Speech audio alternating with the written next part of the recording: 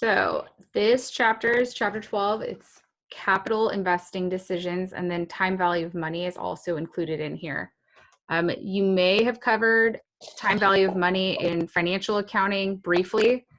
I know that I don't cover time value of money just because the topics that we covered don't need it as much as this class does, but we do that present value calculation for bonds payable. So you're somewhat familiar with the time value of money. For this particular chapter, we're really focusing on investment decisions for managers and how they can make a determination between various investments as to what investment might be more beneficial for the company. So we're going to focus on a few of them, and here's a few examples of capital budgeting decisions that a manager might make. So whether or not to expand their facility, their factory, their plant space, if it's a casino, their floor space. So expansions are obviously a large outlay of cash. When you're making the expansion, you have fees, building costs, etc., permitting. So you have a large outlay of cash, and you're usually doing that for the potential revenue that you're going to see if you do that expansion. If I have more factory space, I can produce more units of goods and sell them. If I have more casino space on the floor, I have more room to have more slot machines or table games. So I'm expecting an increase in revenue from that expansion. For equipment selection, we're trying to decide if we should replace a piece of equipment or maybe acquire a new piece of equipment. And equipment is typically expensive. It's a large amount of cash outflow at the beginning of it for potential revenue from replacing old technology or getting additional equipment. Whether or not you should lease or buy equipment. So the accounting treatment is somewhat the same now for leased equipment versus bought equipment, but the cash flow is going to be different between leasing equipment versus buying equipment. And then an example would be for this, a cost reduction. So something that we're going to do, we're going to spend a lot of money now for the potential of not increasing revenue, but reducing costs somehow. So maybe we're going to invest in new equipment and rely less on labor. That potentially could be a decision we're making. With all of these budgeting decisions, you're noticing that there's a huge outflow of cash at the start. So now in the present for a potential future return. And it could be for a large period of time, 5, 10, 20 years of future returns, or it could be for a shorter period of time that you're going to have these future returns. In this chapter, cash flow is going to be what we're mostly focusing on. So in chapter 13, we're going to go into the statement of cash flows. So this is kind of like an introduction to it, if you will. But in terms of cash flow, we're thinking cash outflows versus cash inflows. For the specific project, the specific budgeting decision that we're making. So when we're looking at typical cash outflows, these are cash payments or cash amounts that we're going to pay out. So these are going to be shown as negative amounts because it's a cash outflow. So we're going to have those brackets around it. And some of the typical cash outflows that you're going to see with different projects are repair and maintenance costs, R&M. So if you buy a new piece of equipment, you're going to have repairs, you're going to have regular routine maintenance costs. So any amount that we're anticipating having to pay for those repairs and maintenance over the life of the asset is included in our analysis. Sorry, Professor Wei, I didn't hear that because you were breaking out. Okay, sorry. I'm going to do one thing. Sorry. My other video was converting it reverse, so I think it slows me down. So repairs and maintenance, we're going to think about the project and how long we're going to have this equipment or this project in service. And over the life of that project, how much in repair costs do we expect from that new piece of equipment that we're investing in? And when do we expect to have to pay out for those repairs and maintenance for that project or that investment? The initial investment happens in the present. It happens when we first go out for that new investment project. And it's the cash outlay that we have to pay to actually have that investment. So the purchase cost of that equipment, if we're talking about new equipment being acquired. For the next outflow that you might see are the incremental operating costs, or the increase in costs that we could see related to this project. We might see additional utility expenses if we have a new machine. We might see additional labor costs. And these are typically going to be seen each period over the life of that asset. So the increase in our expenses. The last one is kind of less obvious. It's the increase in working capital that are needed to make this investment. So typically, if we have a new machine, we're going to expect to see an increase in our current assets. So inventory, if we have a new machine, we're producing more inventory units typically. Or we'll have additional cash needs or accounts receivable. We might have additional sales, so we'll have additional accounts receivable. Net of the increase in our current liabilities. So working capital is current assets minus current liabilities. And we're going to expect an increase in working capital needs at the beginning of the project. And that's going to be a cash outflow at the beginning of the project. And we're comparing our typical cash outflows from those projects to our cash inflows. So what cash are we expecting to come in from this project? Our cash receipts. Cash receipts are going to be shown as a positive number.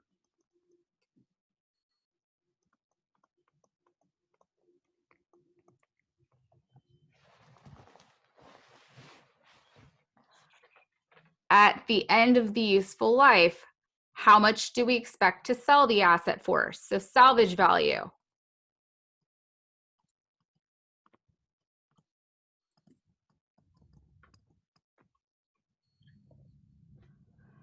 The increase in sales or increase in revenue, the incremental revenue from having this or making this investment. How much do we expect our sales revenue to increase by? And this is typically on a cash basis.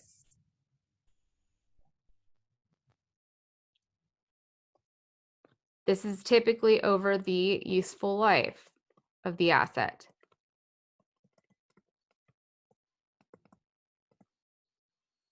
Similar to the incremental operating expenses. So we're going to see over the useful life an increase in revenue as well as an increase in operating costs. We may see a cash savings, so a reduction of costs. If we invest in this new equipment and we need less employees to do that job, right, we're going to see a reduction in salary expense, related benefits, taxes. Reduction of costs is a benefit. It's a cash inflow because it's releasing up that cash that would be used for salaries and the related costs for other items.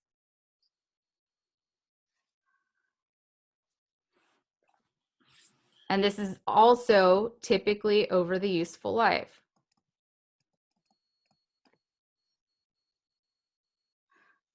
At the end of the life of this asset, we'll also not require these working capital needs.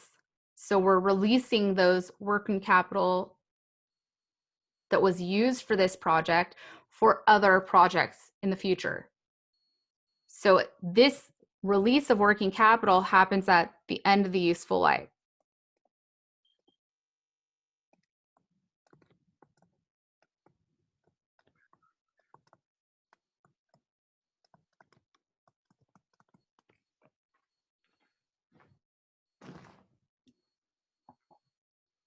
Why am I emphasizing when the cash outflows will happen versus when the cash inflows will happen? Why does that matter? Because of the time value of money? Correct, because of the time value of money. Yeah. So the time value of money concept is basically $1 that you receive today is worth more than $1 that you would receive tomorrow or a year from now. Because we want to receive cash in the present because it's worth more than it would be worth tomorrow, because what can we do with that cash if we have it today? Spend it. Invest it. Invest it, Spend it. right? Put it in a savings account, earn some interest on it, Pay some bills. pay some bills. There's a lot you can do in the present, some of which you can make a little bit of cash on. So make a little bit of income from that investment or that cash. For the time value of money concept, the sooner you receive cash, the more it's worth in today's dollars. The further out that you receive cash, the less it's valued at in today's dollars. And the same goes for cash payments. If you have to make a cash payment tomorrow, it's a higher value in today's dollars than a cash payment that happens 2 years from now. So in terms of the time value of money, we want to make sure that we're receiving more cash up front or on the earlier side of the project. And we want to push our payments as far out into the future as possible to make the value of that investment higher.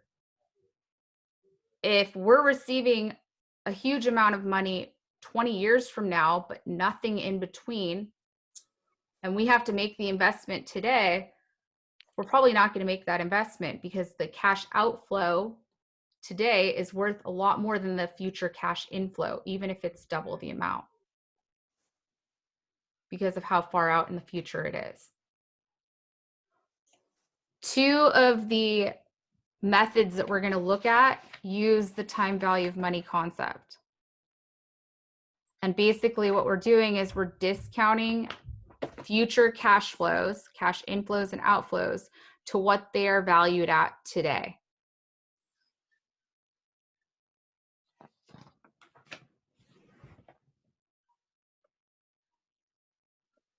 Just gonna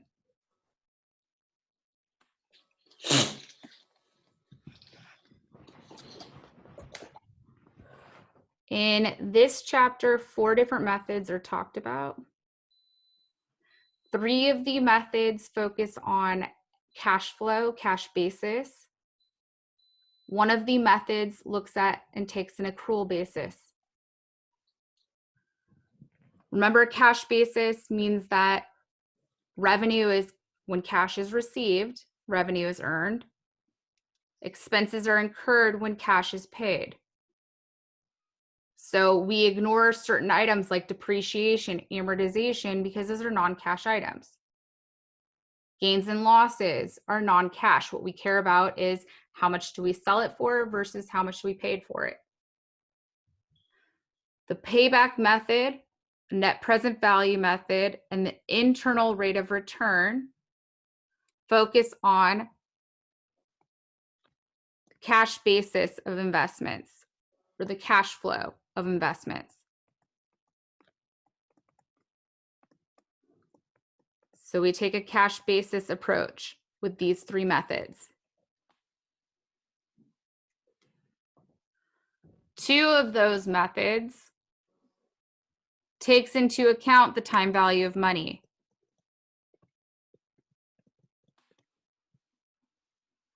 Net present value and internal rate of return are going to take into account when cash is received and when cash is paid, and we're going to discount those cash flows that happen in the future to the present value.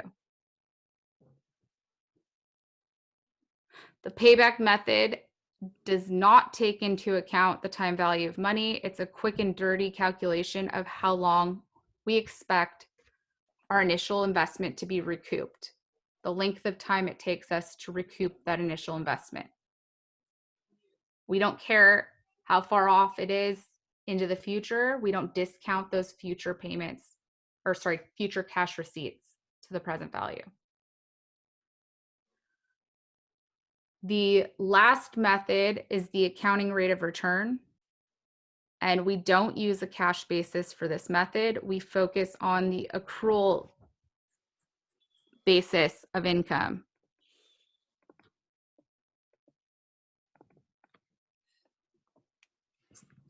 Accrual basis is what we use for financial reporting purposes for our income statement. Revenue is recognized as earned.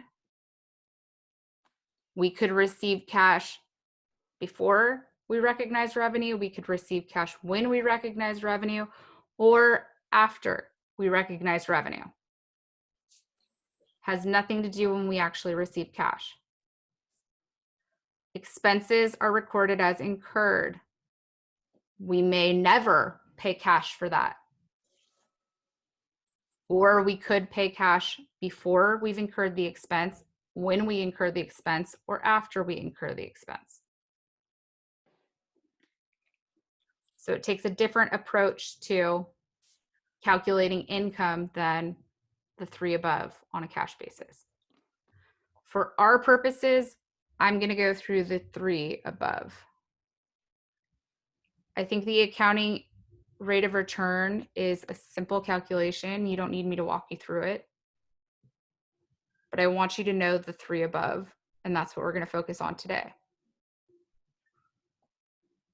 Questions?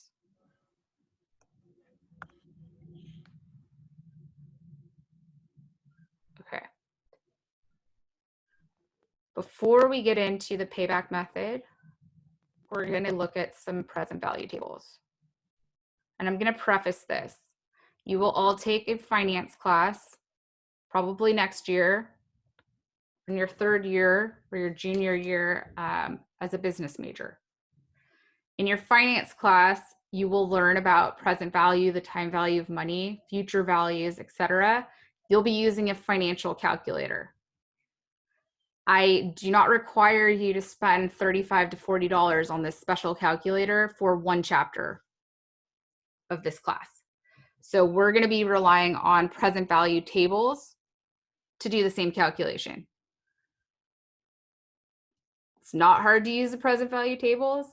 It's pretty easy, but it's probably not the most efficient way to do it. You'll learn that in finance. So present value is how we determine the current value, or the present value, if you will, of future cash inflows and cash outflows. And I was redundant. So how much is the $1,000 that we're going to pay out next year in today's dollars? How much is the $5,000 that we're going to receive from year 1 to 10? What is that worth today in today's dollars?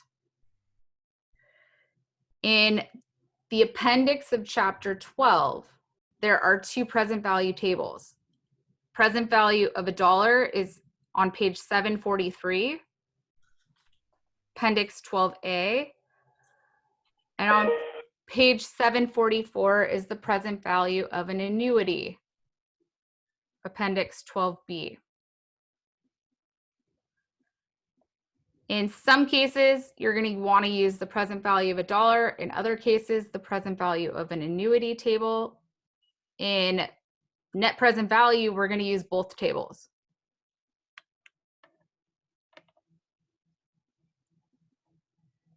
The present value of $1 is going to be used for a one-time cash payment or cash receipt in the future. So it's a single amount that we're going to receive one time in the future or pay one time in the future. It's not a stream of money paid out or received in the future. In the present value table, you see that there's periods, 1, 2, 3, 4, etc., down to 40. And this is the end of the year that it's going to happen. So we're assuming that all payments and receipts happen at the end of the year. If it happened at the beginning of the year, it would change this table. The period, if I have a cash payment that I'm going to make in period 4, year 4, I would go to this period. And then at the top, you see these percentages. So that's the discount rate that the company uses. Sometimes it's the minimum required rate of return or the average borrowing rate.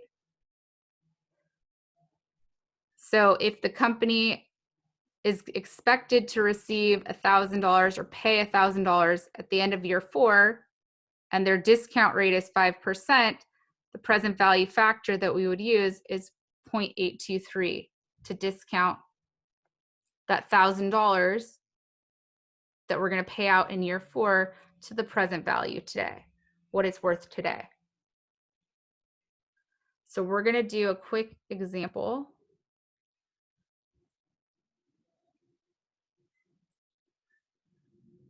Let's say in year 5, you'll receive $10,000. So is that a cash inflow or outflow?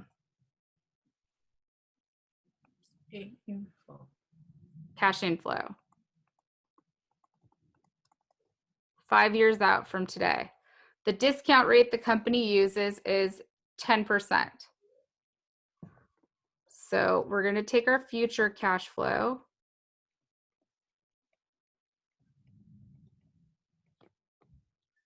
And if it was an outflow, it would be shown like a negative. Future cash inflow is going to be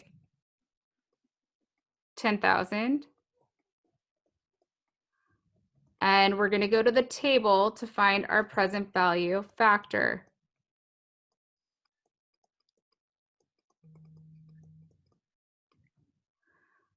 So period 5, 10% is the discount rate the company uses. So we go to period 5. It's a single amount that we're going to receive in the future. And at 10% discount rate, the discount factor is 0.621.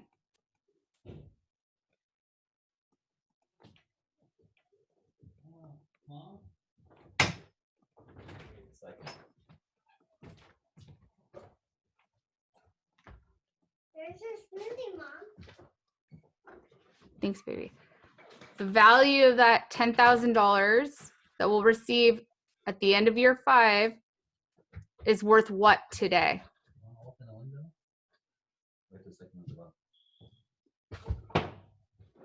10,000 times 0.621. 6,210. 6,210.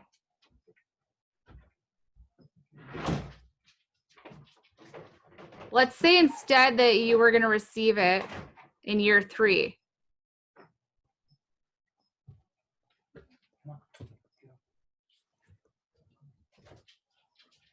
Same amount, future value is going to be 10,000. But instead of year 5, you actually are going to receive it in year 3.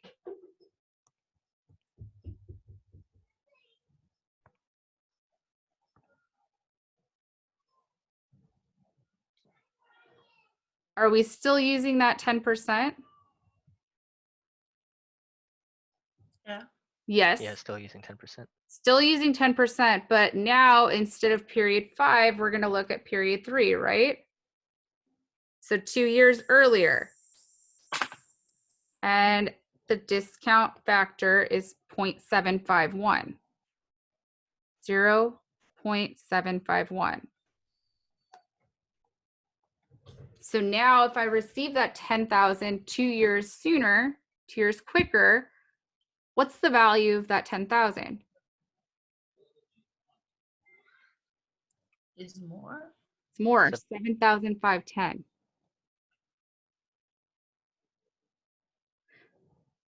The closer you receive the cash flow, cash paid to the present day, the higher the present value will be.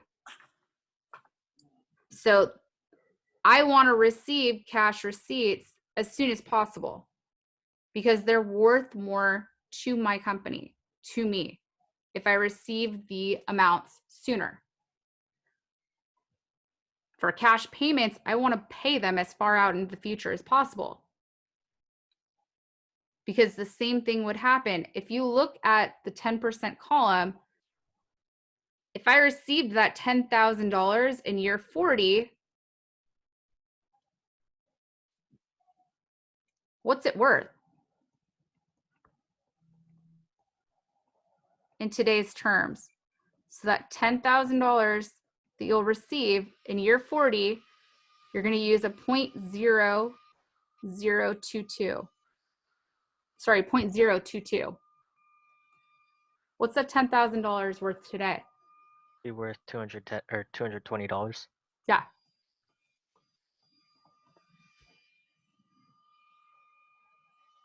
I want to get paid 40 years from now. No. You're not, you want to get paid as fast as possible. And you want to pay out cash as far away as possible in terms of present value calculations.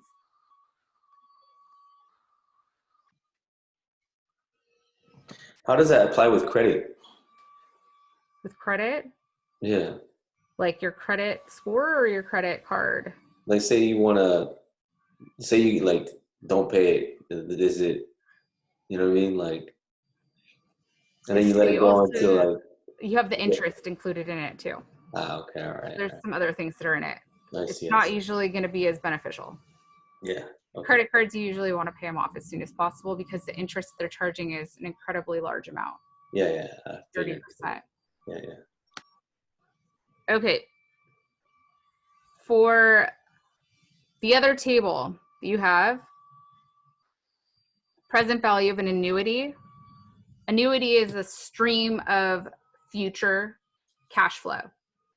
So it could be as from periods 1 to 5, you're going to earn $100 every year, or you're going to increase your income $100 every year from years 1 to 5.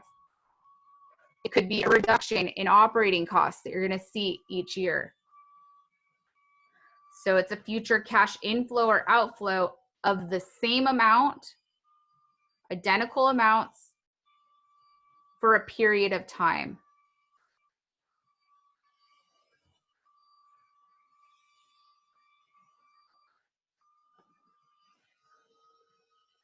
The present value of $1 is a single lump sum payment or receipt.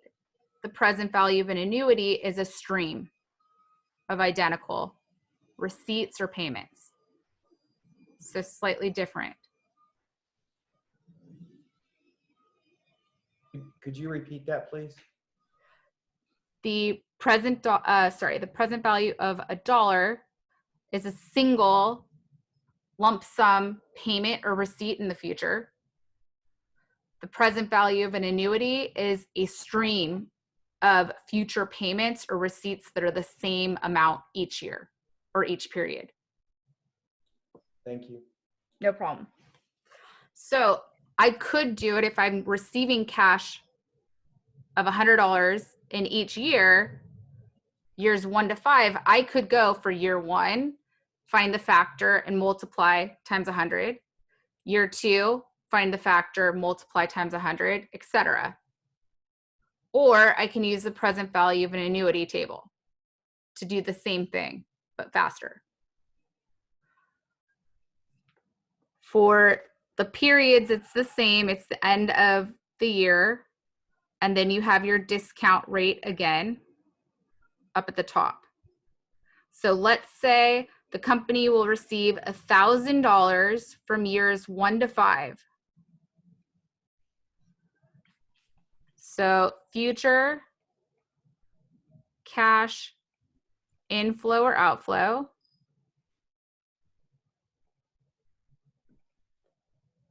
and I'll say stream. And in this case, it's $1,000 per year. The company's discount rate is 10% again. So we're going to use that column. Calculate the present value. So we start with the 1,000 because that's how much we're going to receive every year in the future. Then we go to the last period in that stream. So for 5 years, we're going to receive $1,000 each year. Go over until we get to the 10%. 3.791 is the present value factor.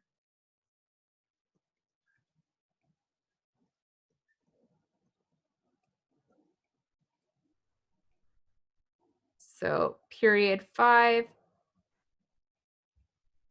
10%.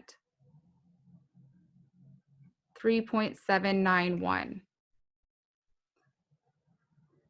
What do you notice about the factors that you see in the present value of an annuity versus the factors that you see in the present value of a dollar? Present value of a dollar, They're higher. the factors are decreasing, right? And they're lower. Present value of an annuity, the factors are increasing. Because what the present value of an annuity table is doing is it's saying, okay, in period 1, you're going to earn 0.909 for that payment. In period 2, you're going to earn 0.826. So it takes 0.909 plus 0.826 to get the 1.736 in period 2. So it's adding them together. So the sum of periods 1 to 5, these factors that you would see in the present value of a dollar, equal that 3.791 that you see in period 5 at 10%. We're going to multiply them again to get the present value of the 1,000 we'll earn each year. So we're going to receive in total $5,000. The $5,000 we'll receive in total over those 5 years is the equivalent of $3,791 today.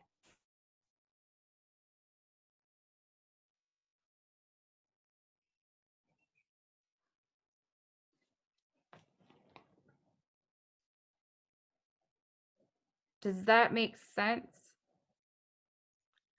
So you said the 5,000 that we'll receive at the end of the 5-year sequence is worth 3,791 today. So if it was that I'll receive 5,000 at the end of 5 years, I would use this table, present value of a dollar. In this sequence, we're going to receive $1,000 at the end of each year. So $1,000 at the end of year 1, $1,000 at the end of year 2, $1,000 at the end of year 3, 4, 5. The time is you're receiving it earlier. Yeah, So you're receiving it every end of the year. we're receiving it every end of the year. Versus at the end of 5 years. Correct. Yeah. So okay. if we were receiving it at the end of 5 years, Yeah. And we'd be using the other present value dollar. But Correct. since we're receiving it at the end of every year, We're then it's using worth more because you're getting it earlier. some of it earlier. Yeah, Yes, some of it earlier. Correct. correct. So we're receiving $1,000 each year. The $1,000 we receive at the end of year one is worth $909. Yeah, so it's worth a little more. Yeah, exactly. Correct. Because some of it we're receiving earlier. For streams, you'll typically see a period where it gives you a range. So 1 to 5 or 1 to 10. It's a stream of years. And this is something where a lot of colleges, in order to increase their endowment fund, will offer annuities to older individuals.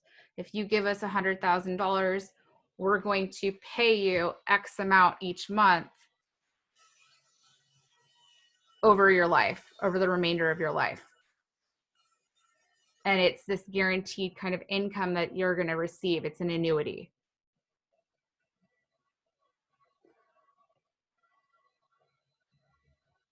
We're going to use the present value of $1 and the present value of an annuity table in net present value, and then we'll use the present value of an annuity table for our internal rate of return. Is it okay if we go over one method and then take a break?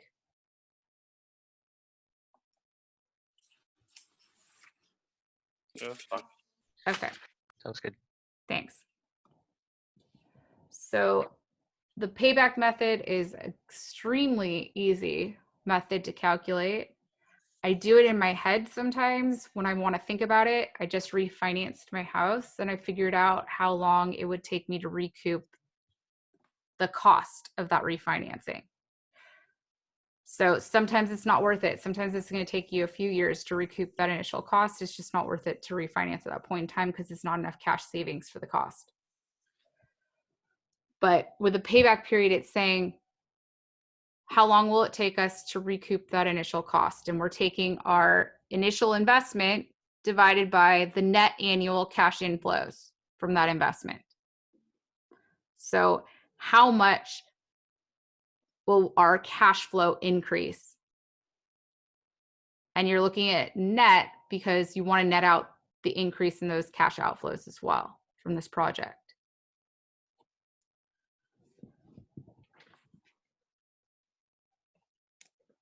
Project to recoup. Yes.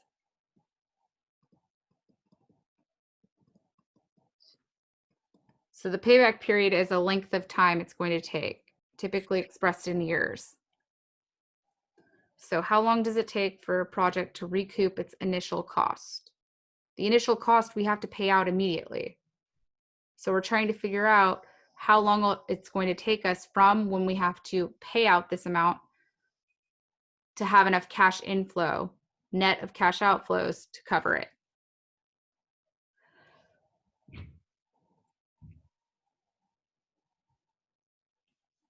For the example we're going to look at, management at the Daily Grind wants to install a new espresso bar in its restaurant. So a new piece of equipment.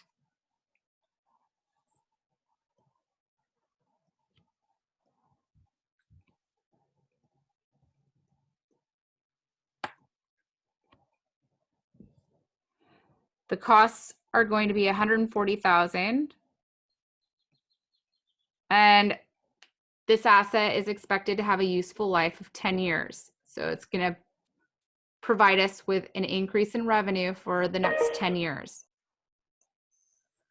And for part 2, it's going to generate annual net cash inflows of $35,000.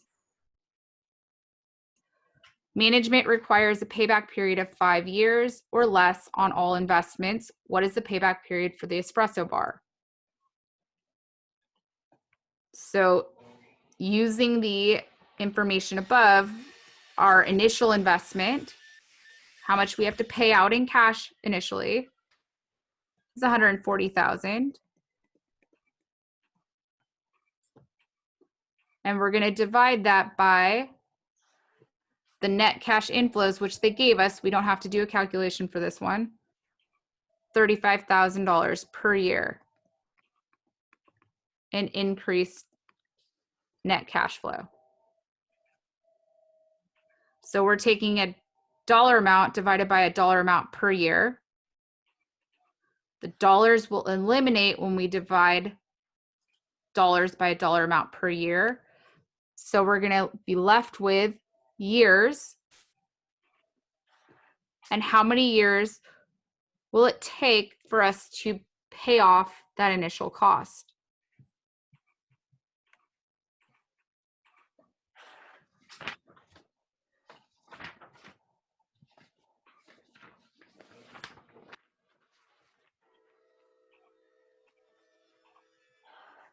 For you. 4 years.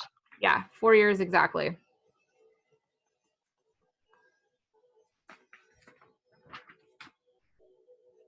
So it's a very simple calculation to do. It's extremely easy if you have net annual cash inflows that are the same.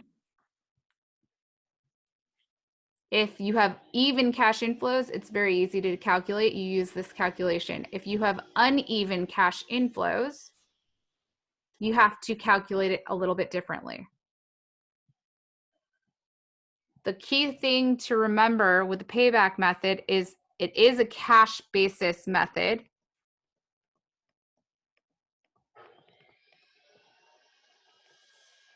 So if they give you the income statement for this project, net income is an accrual basis number. So you need to add back an increased net income to a cash basis by adding back depreciation and amortization.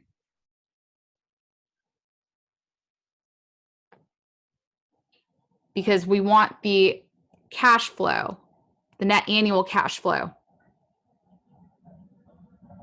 And depreciation is not a cash transaction. We incur the cost of related to depreciation when we actually purchase the asset.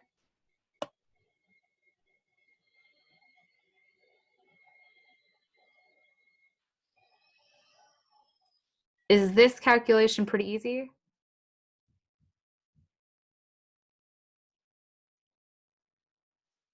Yeah. Okay, good. Could you repeat again, if we were given an income statement, what we'd have to do? We'd have to, Yeah. Okay, so if you're given net income from the income statement, it's assumed it's on an accrual basis.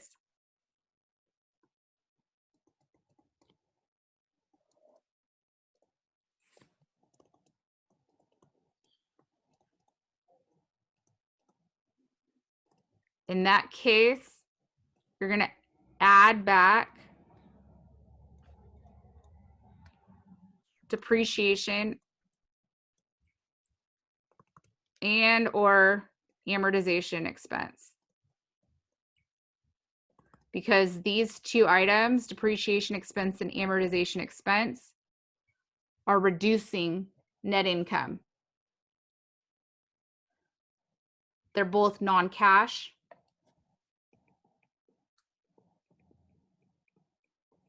So you need to add them back.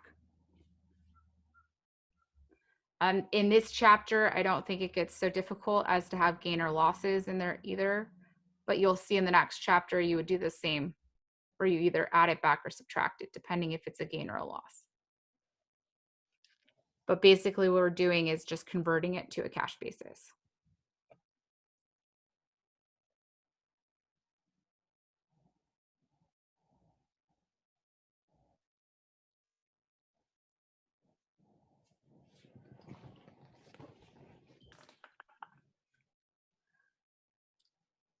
For uneven cash flows, you can't do that simple calculation.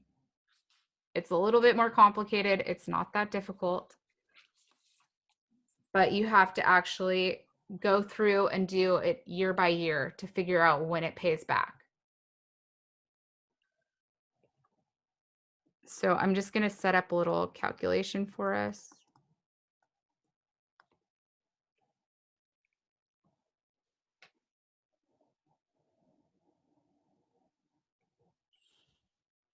Let's see.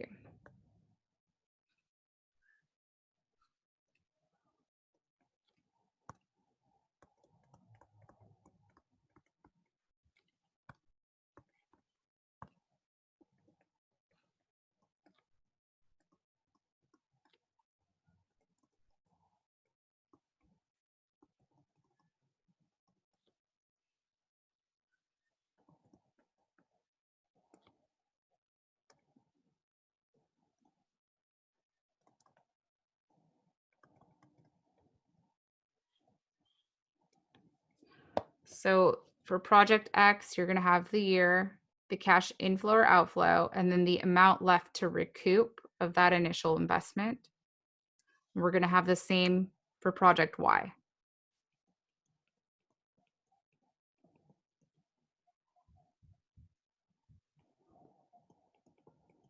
Year, cash inflow, outflow, and then the amount left to recoup.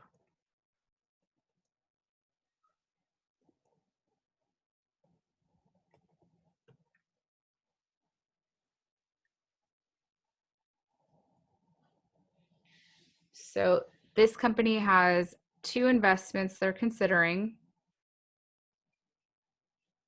Project X and Project Y, both of them have an initial investment of 100,000. And then they've given us the cash inflows that we're expecting from each of those projects and in what period. So we're going to start with Project X. And we're assuming the initial investment happens now. And this initial investment is a cash outflow of $100,000. So a negative 100,000.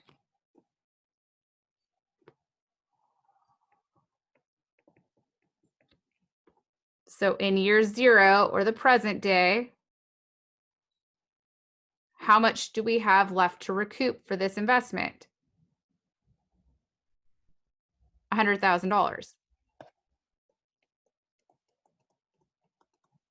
We don't have any cash flows yet from this project.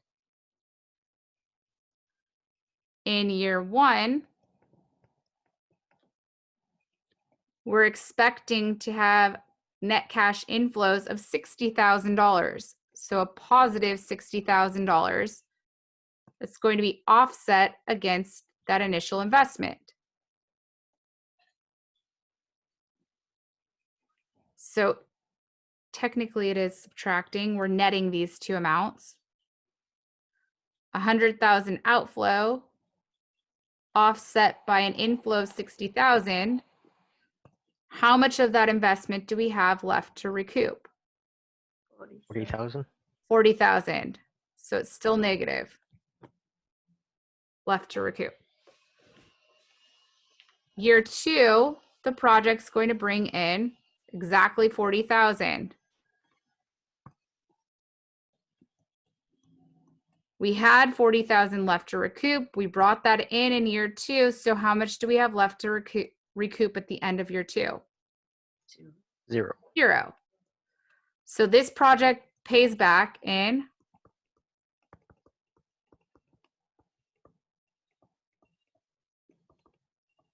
2 years exactly.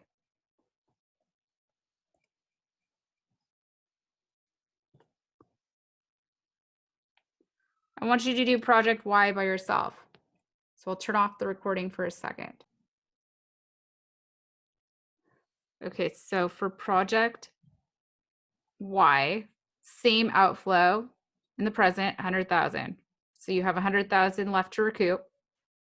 Year 1, you're earning the same amount of net cash inflows, 60,000. So at the end of year 1, you're still not paid back. You have 40,000 left to recoup of that initial investment. Year 2, you have a cash inflow of 35,000. So at the end of year 2, how much do you have left to recoup for project Y?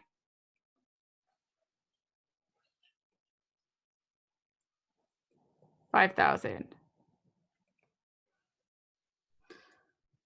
What do we know the payback period is going to be? It's going to happen sometime between years 2 and 3, correct?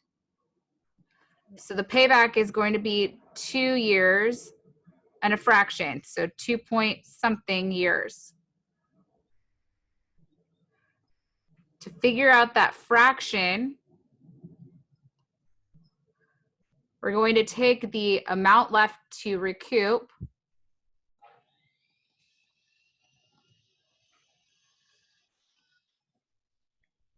divided by the inflows in the next year.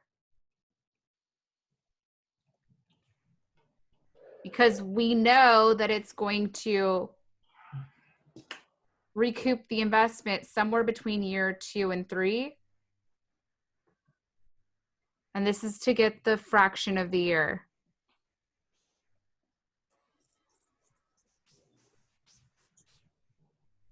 So at the end of year 2, we still had 5,000 left to recoup.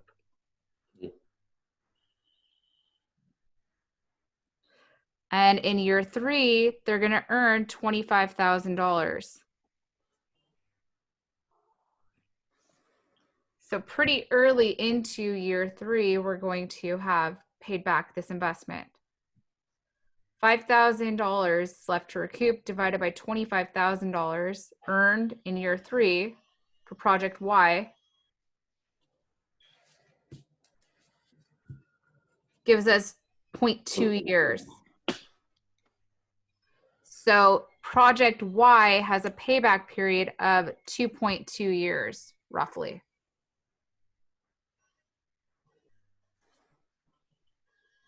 Why 2.2? Because it happens between year 2 and 3. All right. So project Y pays back not in 2 years exactly, but just over 2 years. In this case, based on the payback method, which investment would this company select? Project X. Yeah, this is the payback, or sorry, this is the project they're going to select. Has the shortest payback.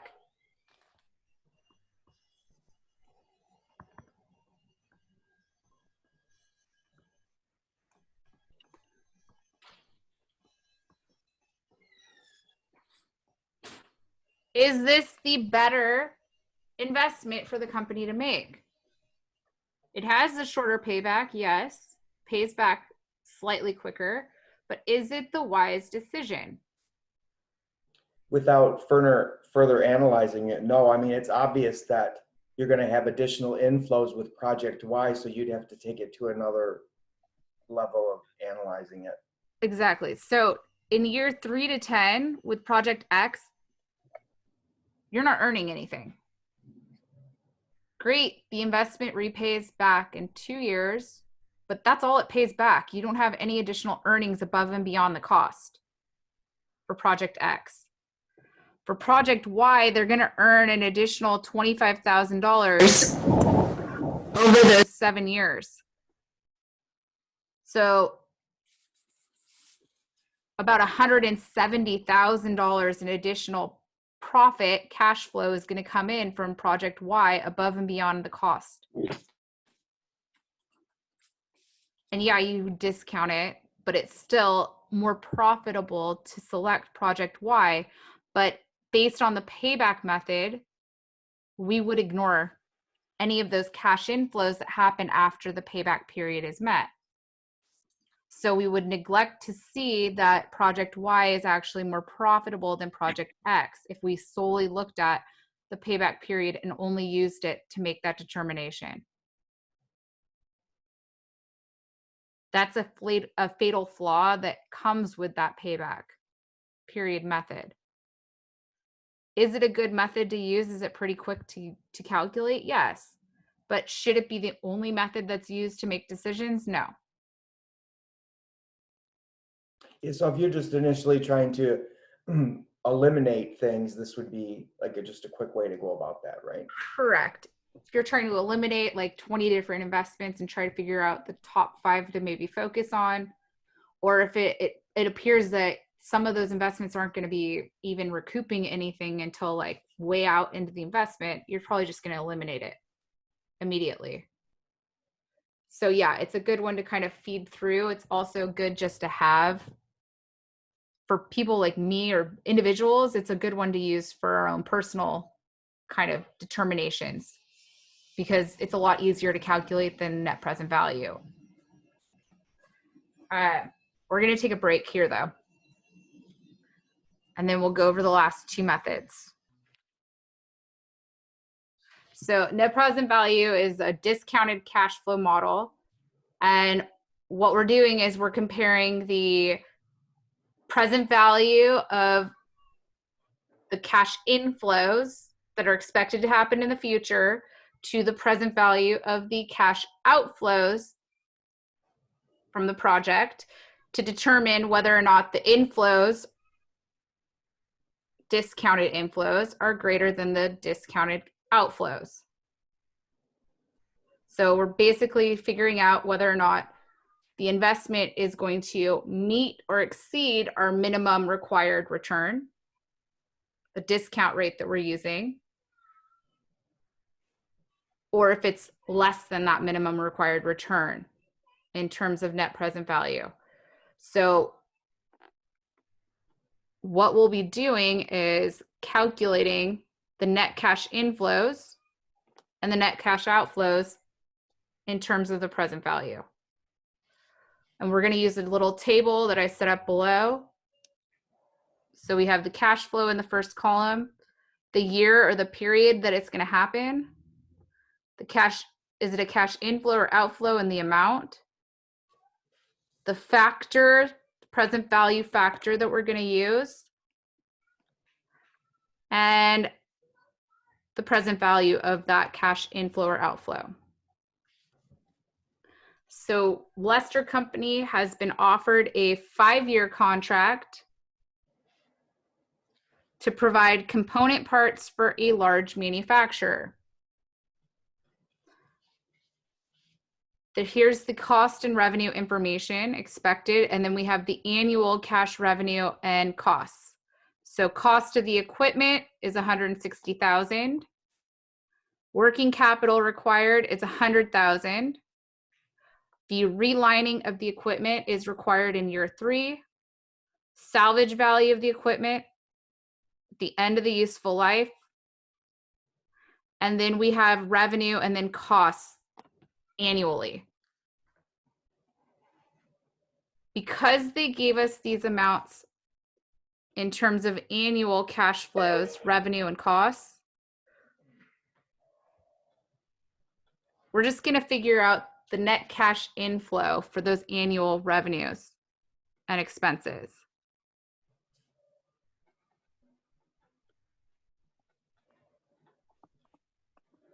So sales revenue, is that positive or negative? Inflow or outflow?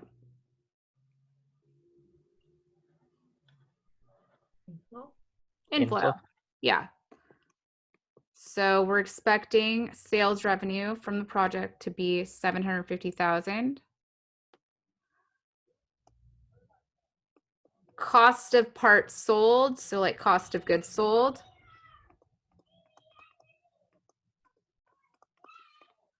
is expected to be $400,000 per year. Outflow or inflow of cash?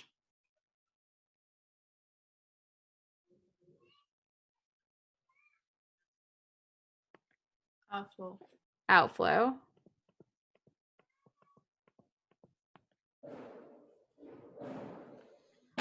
And then we have some operating expenses, salary, shipping, etc., from this particular contract. Outflow. Outflow.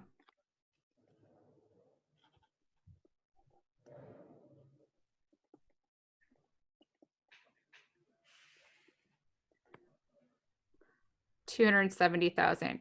So I technically could just use 3 different lines, but it's easier just to calculate the net cash inflows.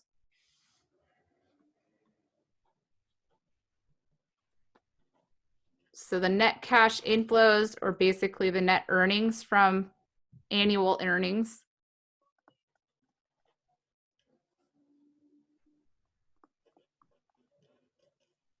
From this project are going to be how much per year?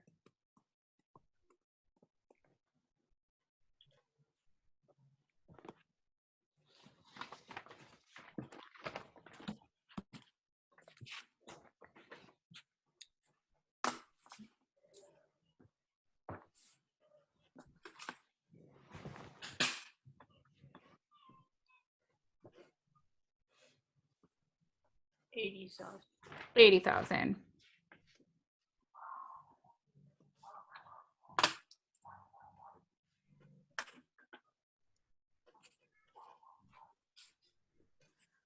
At the end of 5 years, the working capital will be released and may be used elsewhere by Lester. Lester uses a discount rate of 10% should the contract be accepted. So for our present value factor, it's going to be the 10% column that we're going to use because that's their discount rate.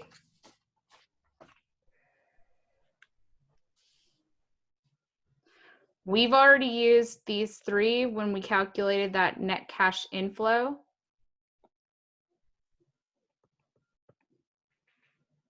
So I'll just check those off.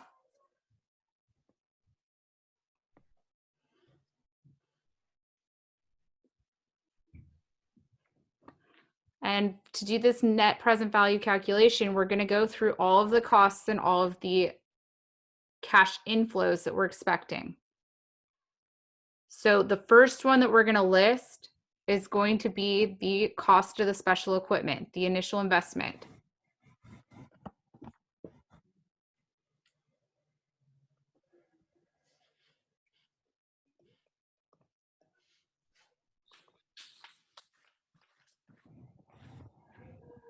And in what year are we going to be making this initial investment and investing in this special equipment?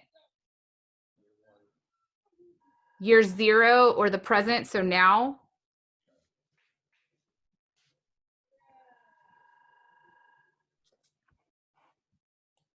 And how much is this going to be? Outflow of $160,000.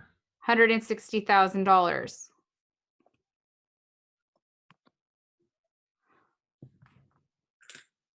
Since this investment is happening today in the current, it's already at the present value. So our present value factor today is 1.00.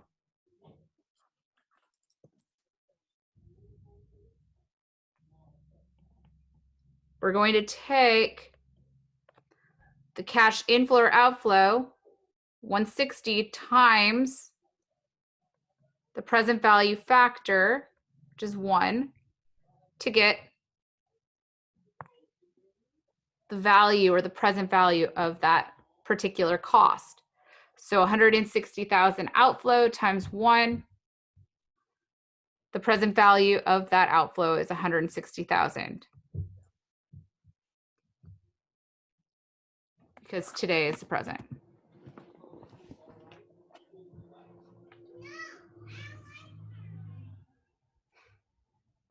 For the next one, working capital required.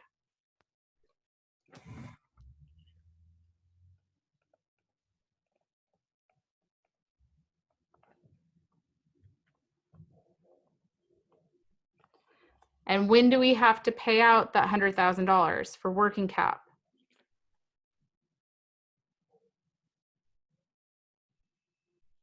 When do we have those additional needs? Cash flow, AR, inventory, net of those current liability needs. They happen immediately once we start that contract. So working capital required happens now, year 0. And it's additional amounts, additional costs that happen now of $100,000 cash outflow. We're already at the present day. So the factor is 1.00. So the present value of that 100,000 we have to pay out now is $100,000.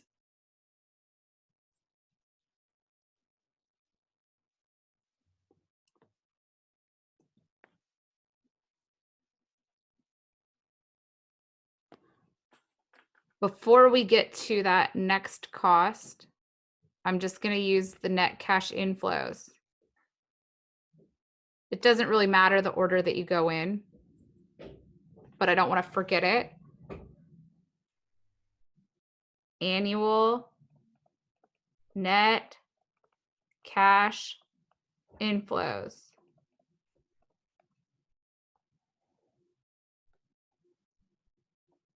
And when are we earning that 80,000? For what period to what period?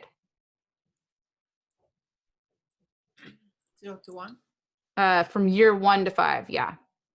Oh, So the period is 1 to 5. And is it going to be a cash inflow or outflow? inflow. Inflow of 80,000. And now we're going to use our present value table for one of them. So what present value table will we be using for those annual net cash flows from years 1 to 5?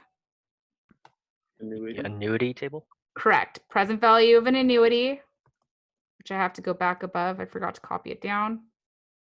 Present value of annuity, period. 5. 5, correct. And 10% discount rate. So I'll come here. But let me do this.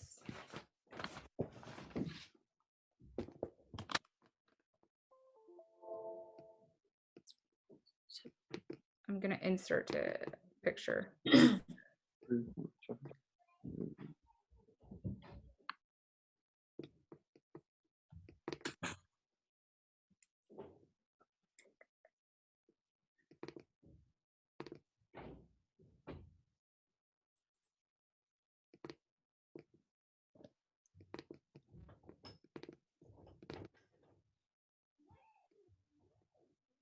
Okay.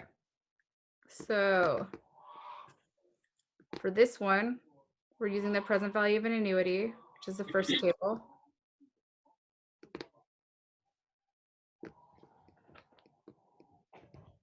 Sorry.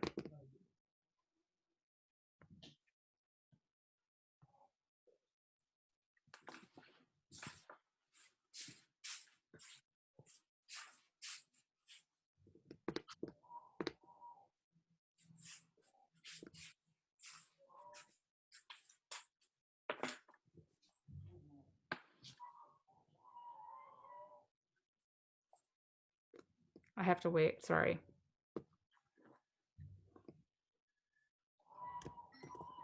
There.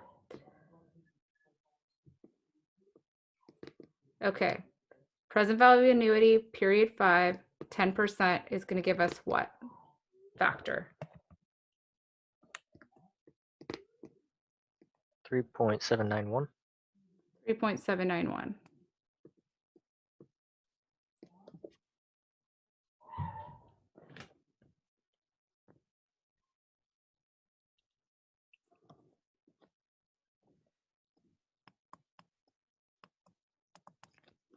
So that 80,000 that we're going to earn in each of those years is worth what today in the present value?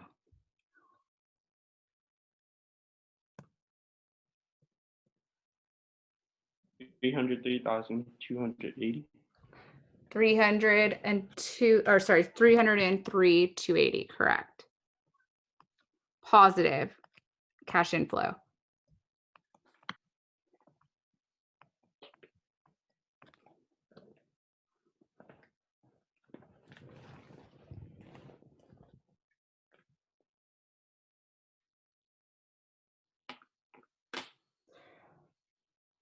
So we've used this one.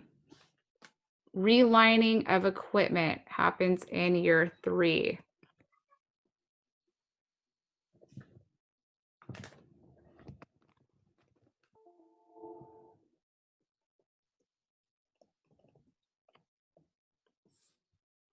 So in year 3, period 3, 30,000, is that a cash inflow or outflow? outflow. outflow.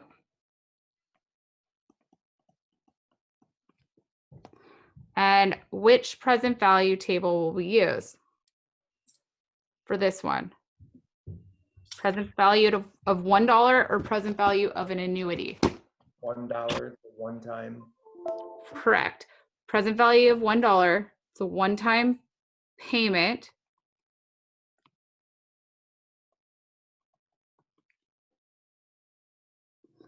Period 3, 10%.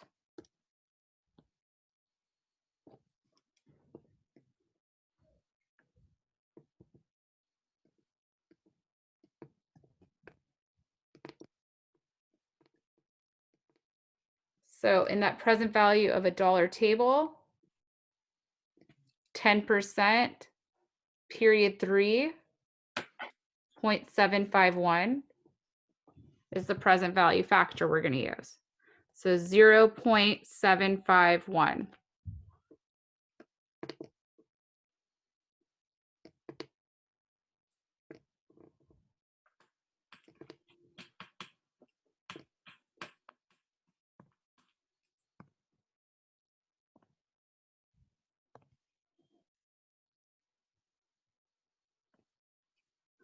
So that 30,000 we're going to pay out in year 3 is worth what today? What's the present value of that payment? $22,530. $22,530.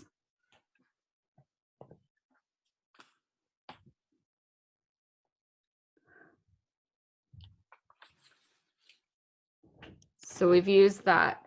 The last one that's listed is the salvage value of equipment in year 5.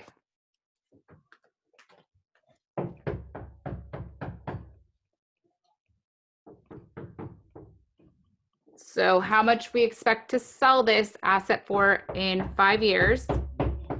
Is that a cash inflow or outflow? Inflow. Cash inflow of 5,000. And which present value table will we use? Present value of an annuity or present value of $1? $1. $1. Correct. So present value of $1, period 5, 10%.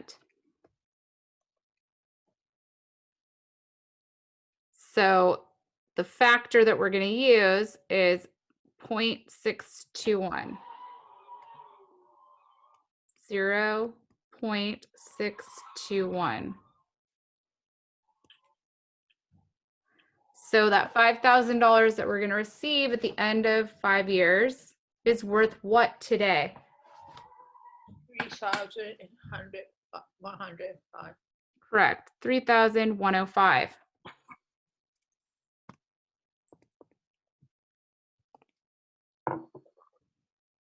Am I done? Have we taken into account everything? Can I calculate my net present value? Yes. Close. It's okay. So we went through all of these costs, right? But there's a reason why I didn't kind of check off working cap over here. Because at the end of 5 years, the working capital will be released. And we're going to be able to use it elsewhere. So that is a benefit that we'll have available to us at the end of 5 years. Oh. Okay. So at the very end, you're going to have working cap released. And I'm going to do it in a different color. Because that's the one, if you forget one, this is the one you'll likely forget.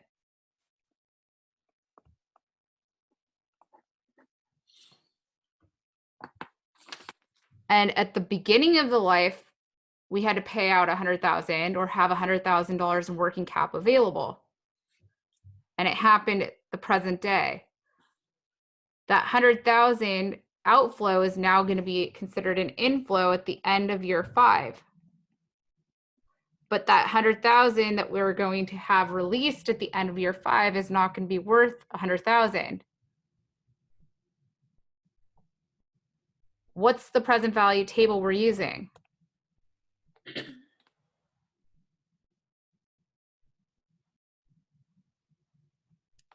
Present value of one or present value of an annuity? 1. Present value of $1, period 5, 10%. So we're using the same one as we did above. So 0.621.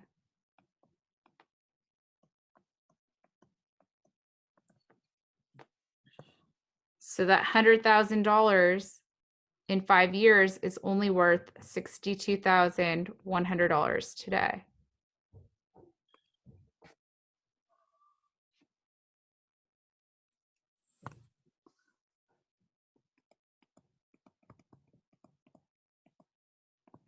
So the net present value is netting the present value of the cash inflows with the cash outflows, present value of the cash outflows.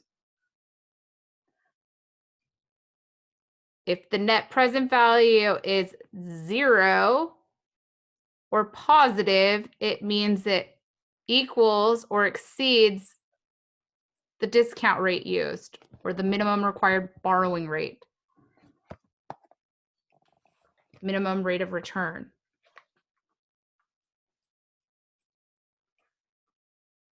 When we add up this column here, what is the net present value of this investment?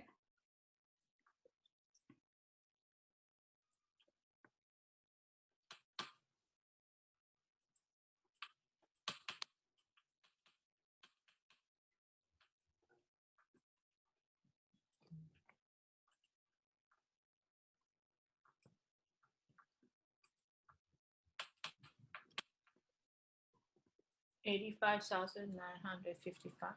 Correct. $85,955 is the net present value of this investment. So in this particular case, we would say accept. The rate of return is greater than that 10%. Can you scroll up so I can see the problem? I just Yeah. want to take a picture of it. Yeah. Good. 1 second. Perfect. Thank you. No problem.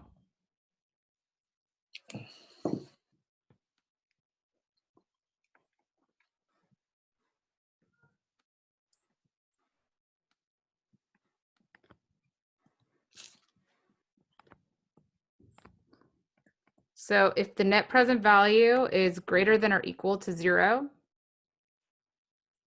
we're going to accept the project.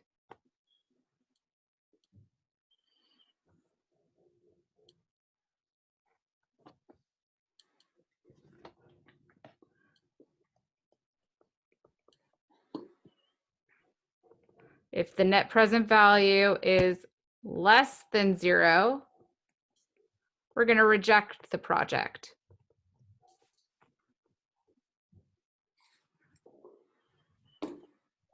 In this case, this project is going to earn more than the 10% minimum required.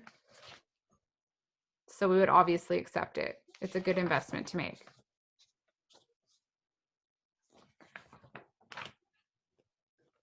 If we have time, I have a practice problem for this one if you want to do it, but I want to go to internal rate of return first. Okay. That's okay with everyone.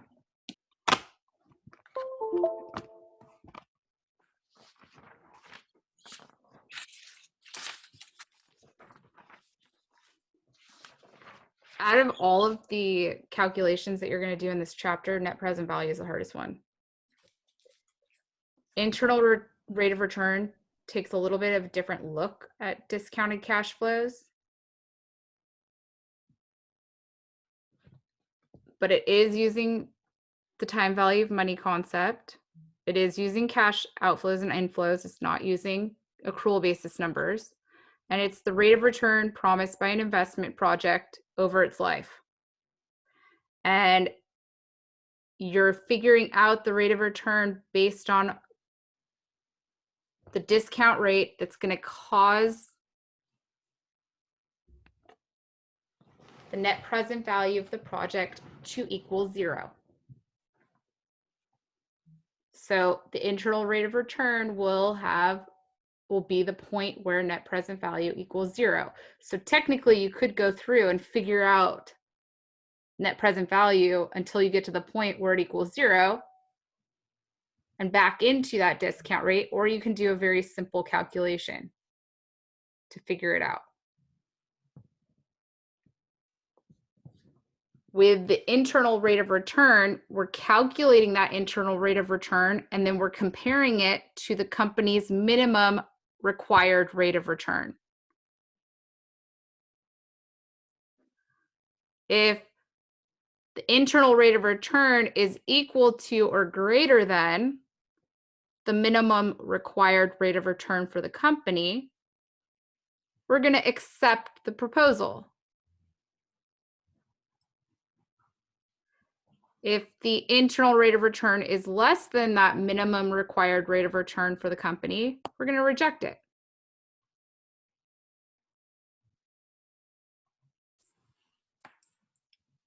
This method works particularly well for projects that have even cash inflows. If it doesn't have even cash inflows, it's kind of a trial and error. But with even cash inflows, it's a very simple calculation to calculate the internal rate of return of the project.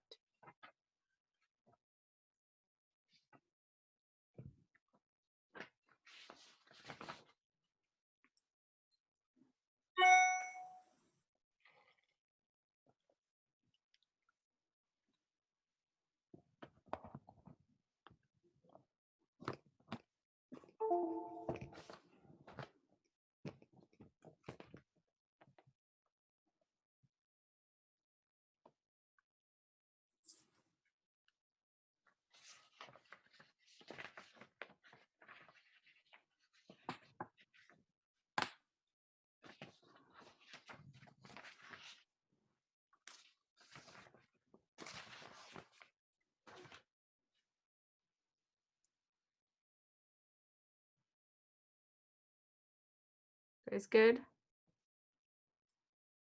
Okay.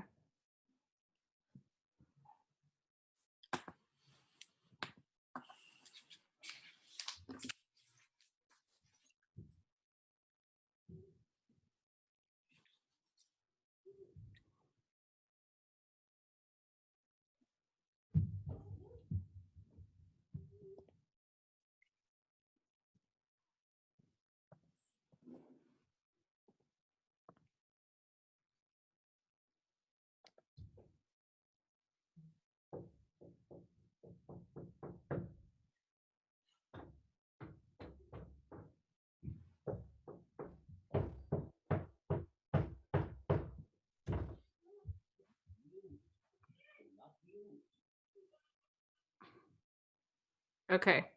Are you guys ready to go through the example?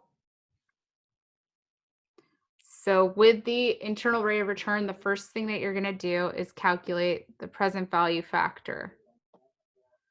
So present value factor for the internal rate of return. So we're going to look at an example. Decker Company can purchase a new machine at a cost of $104,320 that will save $20,000 per year in cash operating costs. So net annual cash inflow of $20,000. The machine has a 10-year life. Minimum required return for this company is 12%. So when calculating that present value factor for internal rate of return, you already know the calculation because we used it somewhere else. You're going to take your investment required.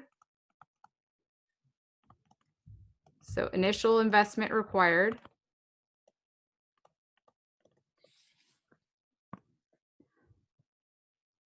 Divided by the net annual cash inflow. So the same calculation that we use for the payback is what we're going to use to calculate the present value factor for internal rate of return.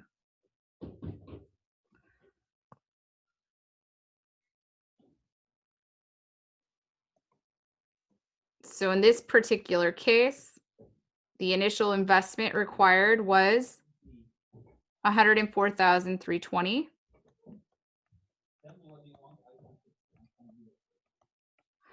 We're then going to divide that by the cost savings or the net annual cash inflows, 20,000.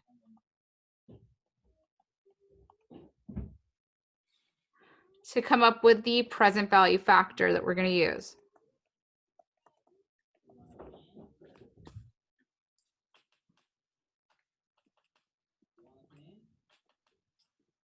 So 104,320 divided by 20,000 gives me a present value factor, and you want the decimals, 5.216. 5.216, correct.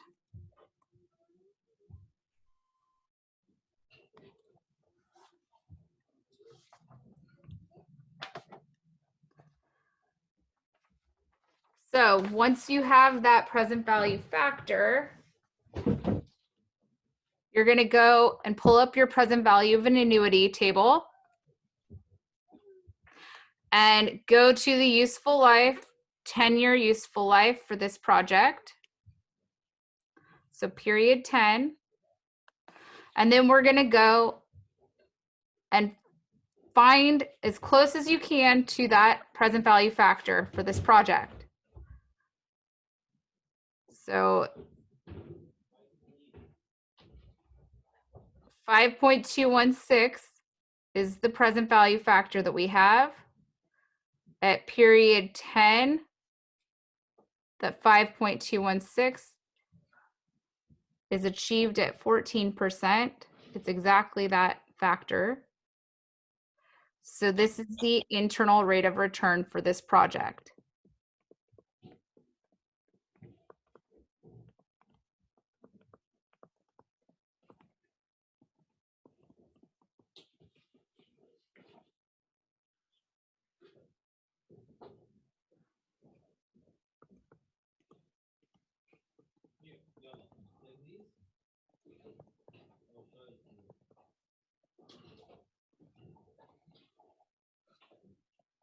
For this project, it's earning 14%.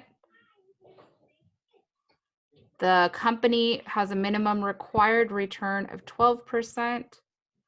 The internal rate of return of this project is greater than the minimum required return, so we would suggest accepting the project.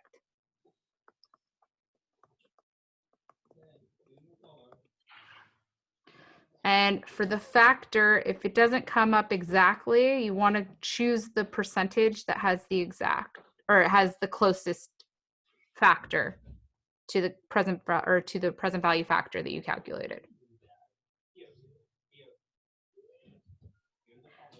Is this one pretty easy to do? Yeah. And if you would have done the net present value table for this at 14%, it's exactly what it would come out to. Any questions on this method? You guys ready to go? Yeah.